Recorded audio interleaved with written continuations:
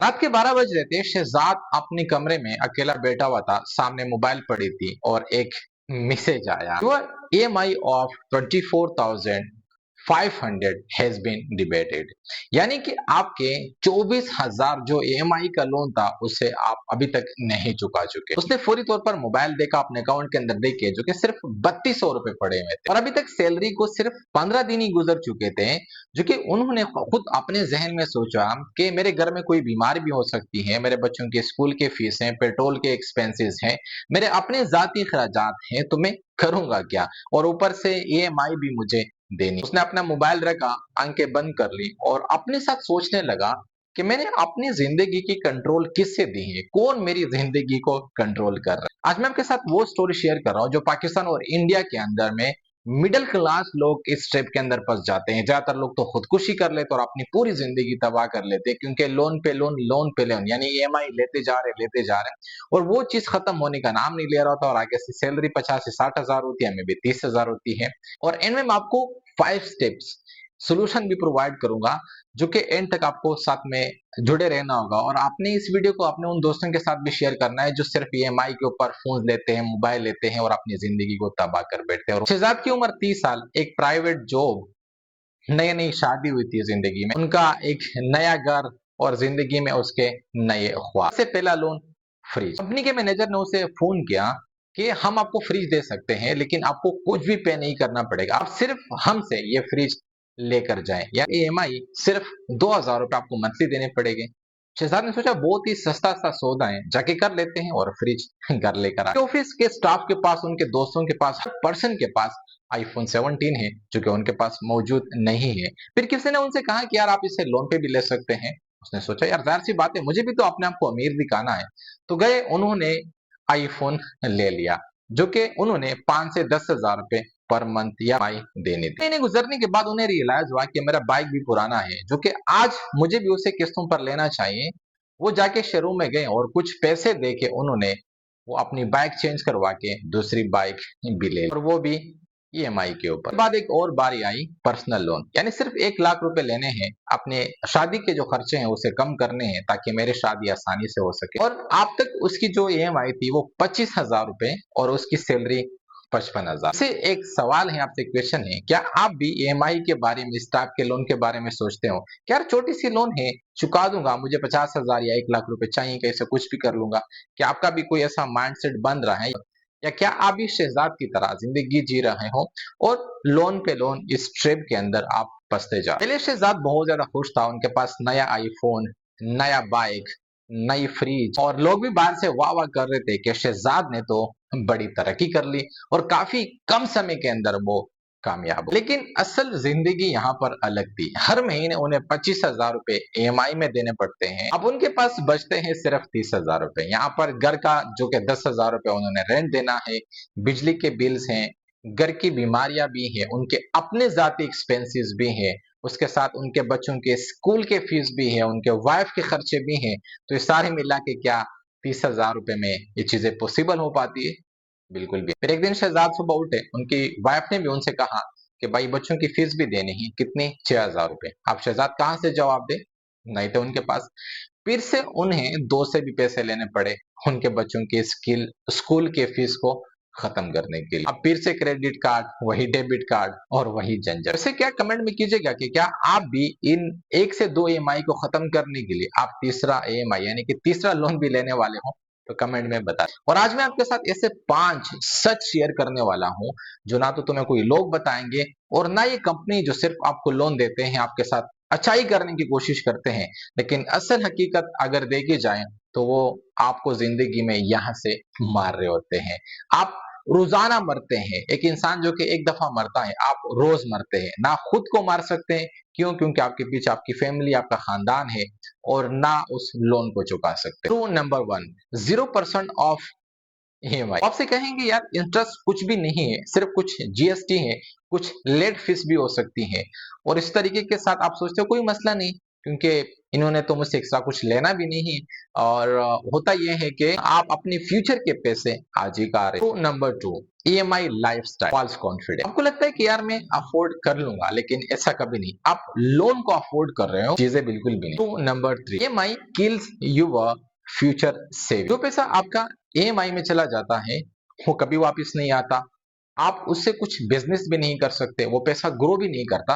वो पैसा सिर्फ और सिर्फ जल जाता है, जो कि आपको दोबारा वापसी पे उसके मिलने के कोई चांसेस नहीं होते। तो number 4, loan companies want you trade. आपको बताएं कि उनका बिजनेस मॉडल, आप बिजनेस के लिए ले ले, आप बिजनेस स्टार्ट कर ले, आप जैसे जैसे पैसे कमाते जाएंगे आप हमें देते जाएं। लेकिन ऐसा होता नहीं, क्योंकि तुम्हें बिजनेस का तो एक्सपीरियंस ही नहीं, आपने कभी लाइफ में बिजनेस की नहीं, तो किस तरीके के साथ। और एक लोन पे लोन, दूसरे लोन पे लोन, तीसरे लोन पे लोन, इस तरह से आप लोन लेते जाओगे। जितना आप फंसते जाओगे, कंपनी को उतना ही ज्यादा प्रॉफिट मिलता रहेगा। क्यों? क्योंकि तुम टाइम पे लोन को चुका नहीं सकते और उसके पीछे वो जुर्माने पे जुर्माने बढ़ाते जाएंगे। अगर आपने 50,000 की लोन ली है तो वो आपसे 2 से 3 लाख रुपए वसूल करे। टू नंबर 5, यानी ईएमआई का जो प्रेशर है वो आपके घर को तोड़ देता है। शहजाद की बीवी रोज उनसे झगड़े करती हैं, बच्चों के खर्चे पूरे नहीं होते, फीस टाइम पे नहीं दे सकते, जिसकी वजह से, उस प्रेशर की वजह से आप घर में गुस्सा करते हैं, आपके बच्चे आपसे डरते हैं और उसकी वजह से आप अंदर से टूट रहे होते हैं। एक दिन शहजाद ने अपना एटीएम निकलवाया, एटीएम पे चले गए, जैसे देखा तो उनके पास सिर्फ 2500 रुपए रह चुके थे और उनके सैलरी को सिर्फ 15 दिन हो चुके थे। उसके मोबाइल में 4 ईएमआई एप्स थे। हर एप्स उन्हें नोटिफिकेशन भेजते रहे कि आपके जो बकायाजात हैं उनको पे करने के लिए आपके पास सिर्फ 3 से 4 दिन बचे हैं। शहजाद ने अपने साथ सोचा कि यार जिस चीज को मैं खरीद रहा था, जिस चीज को मैं खरीदना चाह रहा था, अब वही चीज मुझे लाइफ में खरीद रही है। फोन भी मेरा ही है और इसी सेम फोन की जो ईएमआई है वो भी मेरी जिंदगी तबाह कर रही है, क्योंकि आईफोन स्टेटस के लिए खरीदा था, आप देने के लिए भी उनके पास कुछ नहीं बचा और वो अपनी सैलरी का 50% सिर्फ बैंक्स वगैरह को लोन में दे। और सबसे बड़ी दर्दनाक बात यही थी कि उनके पास कुछ भी नहीं बचा हुआ था, ना सेविंग्स थी, ना कोई एक्स्ट्रा पैसे थे उनके पास, ना बिजनेस को ग्रो करने के लिए, सिर्फ कंगाली के अलावा कुछ भी नहीं। और दूसरा डर ये भी लगा रहता था उन्हें कि अगर मुझे जॉब से निकाल दिया तो फिर मैं क्या करूंगा। और ये सबसे बड़ा खतरनाक ट्रैप है जिसमें तकरीबन 70% फैमिलीज इन मामलात से गुजर रहे हैं और इस तरीके से वो अपनी जिंदगी गुजार। फिर एक दिन शहजाद ने अपने साथ सोचा कि अब मुझे क्या करना चाहिए बगैर डर के। मुझे जितने भी मेरे ऊपर लोन्स है वो सारे मुझे एक जगह पे देखने चाहिए। फिर उन्होंने क्या क्या सारे लोन्स लिखना शुरू कर दिए। जब देखा तो 12 लाख ईएमआई उन्हें दे, और जो कि हर महीना उन्हें 28,000 रुपए इन कंपनीज को पे करने थे। अपने साथ ये सोचा अगर यही सेम कंडीशन मेरी चलती रही तो 5 साल तक भी मेरी जिंदगी यही रहेगी, उसके बाद में पूरी जिंदगी में इन लोन्स को चुकाता रहूंगा और इसमें मेरी कभी भी मौत हो सकती। कभी कभार मुझ पे भी ऐसे हालात है जिंदगी में कि जब मैंने देखा कि यार ये लोग लोन दे रहे 50,000 1 लाख रुपए आसानी से मैं ले सकता हूँ, लेकिन मैंने कभी ऐसा नहीं किया आज तक। जितने भी मामला आज तक मुझ पर आए, मैंने एक दफा 2013 में किस्तों पर बाइक ली थी और उस बाइक की किस्त बड़ी मुश्किल से मुझे खत्म करने पड़े थे, लेकिन उसके ऊपर भी मैंने अपना बिजनेस स्टार्ट किया, उस बाइक को बेच दिया और उसके ऊपर अपना क्लिनिक स्टार्ट कर दिया और वहीं उसी बिजनेस से आज मैं इस मुकाम तक आया। उसे मैंने डिग्रीज कंप्लीट की, सारी चीजें करी, उसने मुझे फायदा दिया, लेकिन आज तक मैं किस्तों के ऊपर बाइक भी नहीं खरीद रहा, जिसने मेरी पूरी जिंदगी यानी ऐसे कर रखी थी कि मेरे पास पैसे थे ही नहीं, आगे से किस्त वाले को देने थे। लेकिन किस्त वाला मेरा एक दोस्त था, काफी अच्छा इंसान था, 6-5 महीने तक भी स्टार्ट हो जाते पैसे, उन्हें पता था मैं पैसे उनको दूंगा। इस तरीके से वो पैसे बड़े मुश्किल से मुझे चुकाने पड़े और उसके बाद ये हुआ कि मैंने उस पर्सन से 2 से 3 बाइक मैंने नकद पर बाद में खरीदे, जब मैंने अपनी बिजनेस उसके उसके बाइक से शुरुआत की थी। तो होता यह है कि उसमें भी लोग अक्सर औकात फेलियर का सामना करते हैं। वजह यह है कि इस ट्रैप के अंदर कंपनीज नहीं बल्कि आप अपने आप को खुद फंसा लेते हो। एक लोन लिया, दूसरा लिया, उस दूसरे तीसरे लोन को चुकाने के लिए एक और लोन लेना पड़ता है। तो ये सर्कल जब चलती रहती है तो इंसान की जिंदगी को जहान्नम बना देती है। अभी मैं आपके साथ ऐसे 5 प्रैक्टिकल स्टेप शेयर कर रहा हूं जिसकी वजह से आप इस लोन ट्रैप से अपने आप को आजाद करवा सकते हैं। स्टेप नंबर 1, लिस्ट बनाओ, अपने डर को फेस करो। अपने कितने लोन्स ले रखे हैं, कितनी ईएमआईज देनी है, कितना इंटरेस्ट है, कितनी ईएमआई है, करना को ये देखना पड़ेगा। आज इस चीज का आपको सामना करना पड़ेगा चाहे कुछ भी हो जाए। स्टेप नंबर 2, हाईएस्ट इंटरेस्ट वाले जो लोन होते हैं ना उन्हें सबसे पहले बंद करें। For example credit card, personal loan, ये सबसे ज्यादा dangerous. Credit card, personal loan, ये सबसे ज्यादा डेंजरस है। सबसे पहले इन्हें क्लोज करने की कोशिश कीजिए और जो छोटे छोटे ईएमआई वाली लोन्स होते हैं आप उन्हें बाद में भी क्लोज कर सकते हैं। स्टेप नंबर 3, एक्स्ट्रा इनकम जो आपके पास आती है उन्हें सिर्फ लोन के ऊपर लगाओ। आपको क्या करना चाहिए, कोई साइड हसल बिजनेस स्टार्ट कर देनी चाहिए। फॉर एग्जांपल आपको कोई स्किल सीखना चाहिए, जैसे video editing, AI, digital marketing में भी कोई भी स्किल सीखो पार्ट टाइम, उसके ऊपर काम करो। जितने भी आपको प्रेशर कर रहे हैं, जितने भी चीजें आपके साथ हो रही है होने दो, मगर इस चीज को करना पड़ेगा आपको। आप जब वहां से कमाना शुरू कर देते हो 5,000 10,000, वो पैसे आप ईएमआई में देना शुरू कर दो, क्योंकि आप एक्स्ट्रा इनकम सोर्स जनरेट करो। ये आपका एक बहुत बड़ा बिजनेस भी बनेगा, एक बहुत बड़ी ताकत भी आपकी बनेगी। इसे और कुछ नहीं करना, इन पैसों को खत्म कर देना। अब उसके बाद आपने ना कोई ईएमआई लेनी है, ना कोई फोन लेना है, ना कोई नया बाइक लेना है, जो भी है जैसे भी है कबाड़ों की तरह अपनी जिंदगी फिलहाल गुजार। स्टेप नंबर 4, 6 महीने का ईएमआई फ्री टारगेट रखो। पहला टारगेट आपका ये होना चाहिए कि जो सबसे बड़ा लोन है उन्हें सबसे पहले क्लोज करने की कोशिश करो। उसके बाद फिर दूसरा, जब आपका एक लोन फॉर एग्जांपल खत्म हो जाएगा, उसके बाद आप अपने आप को फ्री यानी फ्री होना स्टार्ट कर दोगे। आपके माइंड जो है फ्री होना स्टार्ट हो जाएगा, आपको अच्छा लगेगा, जिंदगी भी आपको यानी कि लाइफ के अंदर आपको सुकून मिलना स्टार्ट हो जाएगा। स्टेप नंबर 5, फ्यूचर में कैश और नथिंग रूल। यानी आपने कुछ भी करना है, नकद पे खरीदना है, वो भी जरूरत से ज्यादा नहीं। यानी अगर जरूरत है उस चीज की, खामा में लेनी है तो लो, लेकिन लोन के ऊपर आपने ऐसा कुछ भी नहीं लिया। शहजाद ने भी यही सेम स्टेप फॉलो किए थे। उन्होंने अपनी फैमिली वालों को समझाया, सबको बिठाया, साइड हसल बिजनेस स्टार्ट की, फ्रीलांसिंग की, और इस तरीके के साथ उन्होंने अपने आप को आजाद कर लिया। तो क्या आप भी शहजाद से कम है? बिल्कुल भी। उन्होंने 1.5 साल के अंदर 3 लोन्स बंद कर दिए, यानी खत्म कर दिए। अब उसकी जो ईएमआई है वो 28,000 से सिर्फ 8,000 के ऊपर आ चुकी है, और आज शहजाद सुकून की नींद सो रहे हैं। वैसे ईएमआई लोन से यानी इस स्टेप से निकलना जिंदगी में कोई मुश्किल नहीं है।